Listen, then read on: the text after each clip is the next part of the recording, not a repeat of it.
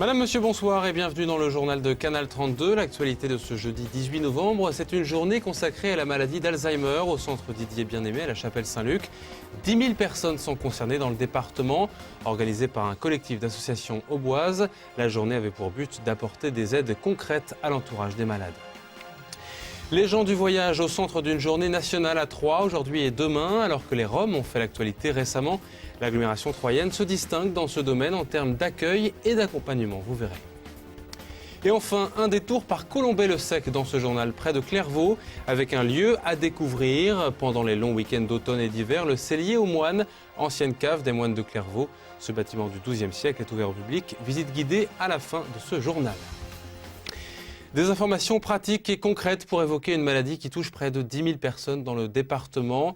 La maladie d'Alzheimer, une journée publique d'information était organisée aujourd'hui au centre Didier Bien-Aimé à la Chapelle-Saint-Luc pour les personnes concernées par la problématique du bien vieillir, mais aussi par l'aide pratique aux personnes âgées dépendantes, par le biais d'ateliers, de conférences ou encore de conseils.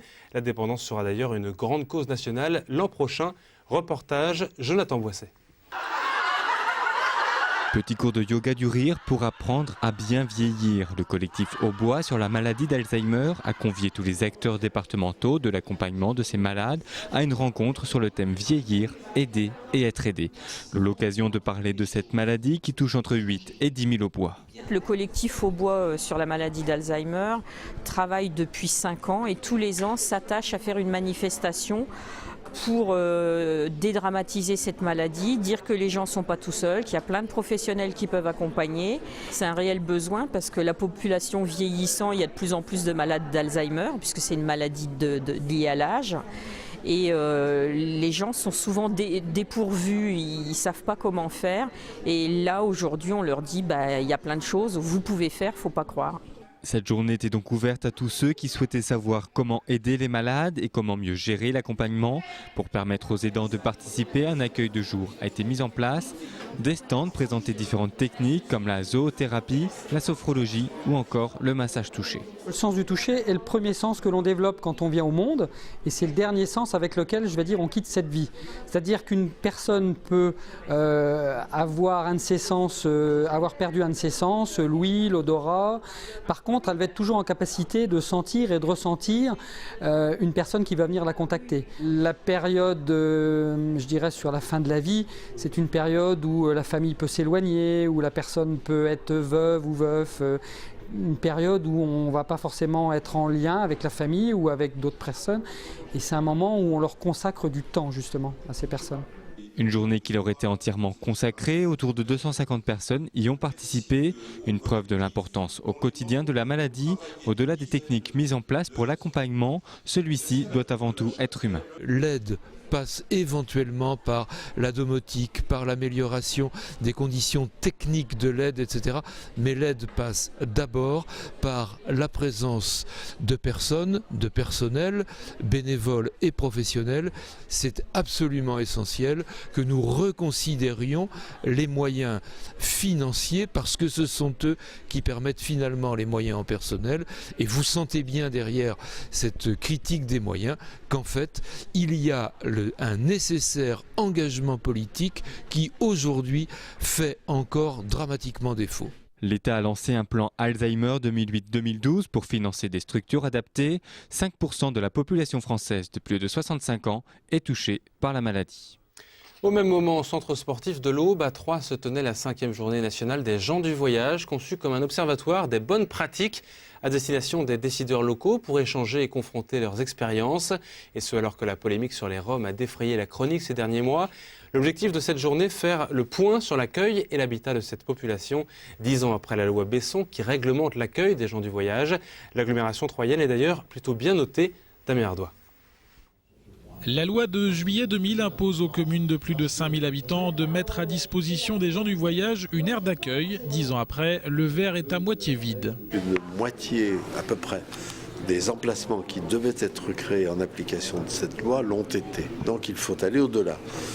Et en plus, il faut prendre en compte des besoins nouveaux, notamment dans de nouvelles formes d'aspiration à la sédentarisation. Il faut trouver des solutions pour leur permettre d'avoir à la fois le droit de voyager, ait le droit de créer quelques racines. Dans le domaine des aires d'accueil, le Grand 3 ferait figure d'exemple. Depuis 2007, 3 aires ont été ouvertes, comme ici à Bréviande. Cela représente en tout 110 emplacements gérés par un prestataire. Les utilisateurs déboursent de 5 à 8 euros par jour, charges comprises. Ils ont en outre l'obligation de changer d'air tous les 2 mois. Depuis 2007, donc, l'agglomération respecte la loi. C'est aussi éviter d'avoir des stationnements sauvages sur le territoire et qui, à la longue, exaspéraient la population. Il était très difficile de le gérer.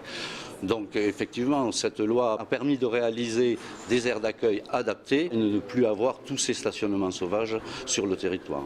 Dans son projet d'accueil, l'agglomération troyenne a aussi souhaité donner une dimension sociale. Sur les terrains, elle se matérialise par la présence de 2 conseillères. Le coup de pouce est apprécié par les gens du voyage, mais pour certains membres, il faudrait en faire plus. Ici, sur les terrains, il faut qu'on bouge tous les 2 mois. Donc un gamin, si on veut le scolariser, normalement, il faut nous, on est des sédentaires, il faut nous mettre sur les terrains de sédentaires. Il faut nous mettre dans les terrains, nous donner les terrains, nous permettre d'avoir les terrains. Parce qu'on n'a pas les moyens d'acheter les terrains. Parce que nous, on ne veut pas rester en HLM. Nous, c'est des caravanes, c'est notre vie. Il faut nous laisser sur des terrains qu'on puisse mettre, et puis sans plus. Vous voyez ici, il y a 30 emplacements. Sur 30 emplacements, on a 12 chiottes et 12 douches. On est obligé de partager les douches et les chiottes avec des voisins, des gens qu'on ne connaît même pas. Ces contraintes n'ont pas de place donc, mais de confort. L'agglomération en a conscience. La situation n'est pas idéale malgré les 3 millions d'euros investis, mais elle est satisfaisante. On peut toujours améliorer l'accueil. Mais aujourd'hui, c'est le système qui a été mis en place donne entière satisfaction.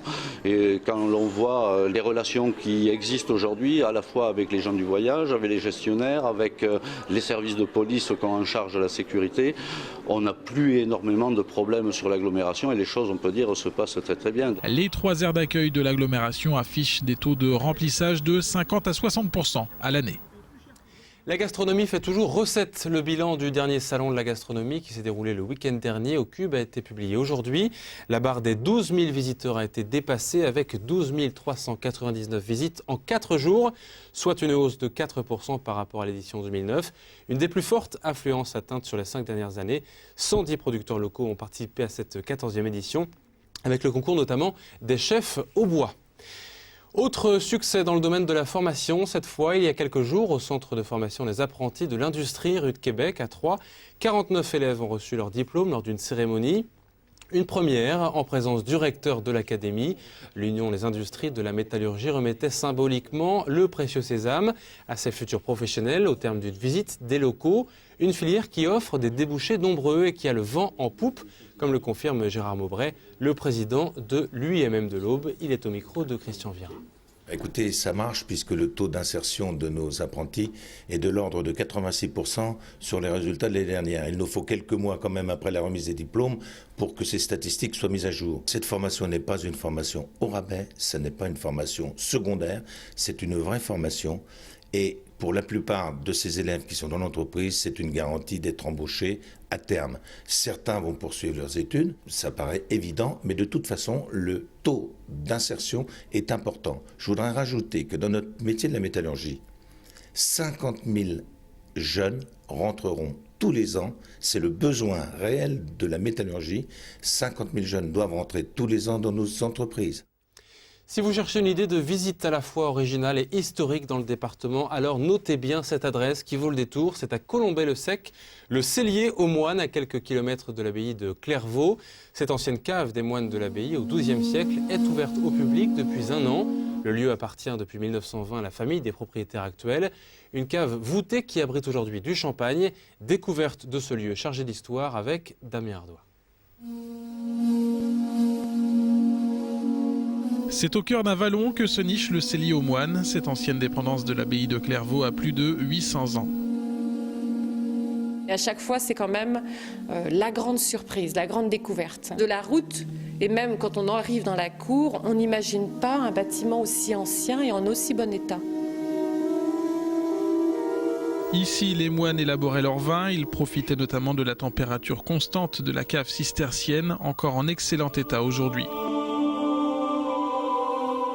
Ce qui est quand même vraiment très intéressant, c'est quand même sa surface, elle fait quand même 600 mètres carrés, c'est une cave en pierre avec des jolies voûtes gothiques. Elle a aussi 2 voûtes qui ont un oculus et en fait autrefois les moines pressaient à l'étage au-dessus de la cave et récoltaient le jus dans la cave. Une cave de cette taille, classée monument historique et faite en pierre, on n'en trouve pas d'autre.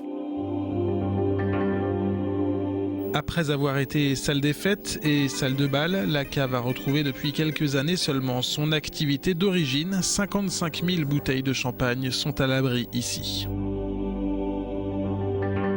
Mon mari, il a toujours rêvé quand même de remettre des bouteilles dans cette cave, de lui redonner sa fonction première, redonner une âme en fait à la cave. Comme on commercialise, on a aussi voulu ouvrir aux visites. Donc finalement, on est content aussi de remontrer cette cave, parce qu'elle est vraiment très jolie et très méconnue aussi. Mais la cave n'est pas la seule à donner une bouffée d'histoire à cette bâtisse classée monument historique depuis 10 ans. Il suffit de monter quelques marches pour découvrir la chapelle, un lieu de prière construit entre le XIV et le XVIe siècle. Dans la région, c'est rare, mais au niveau des granges cisterciennes, parfois, on aménageait une partie justement pour pouvoir prier.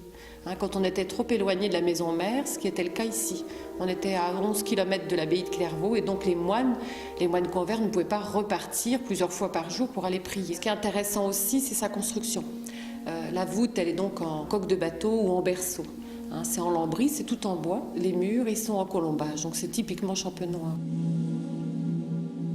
Aujourd'hui, l'activité viticole a repris ses droits au cellier aux moines. Les propriétaires ne laissent pas pour autant de côté le passé insolite des lieux. La cave et la chapelle se visitent depuis 1 an dans le cadre des dégustations de champagne.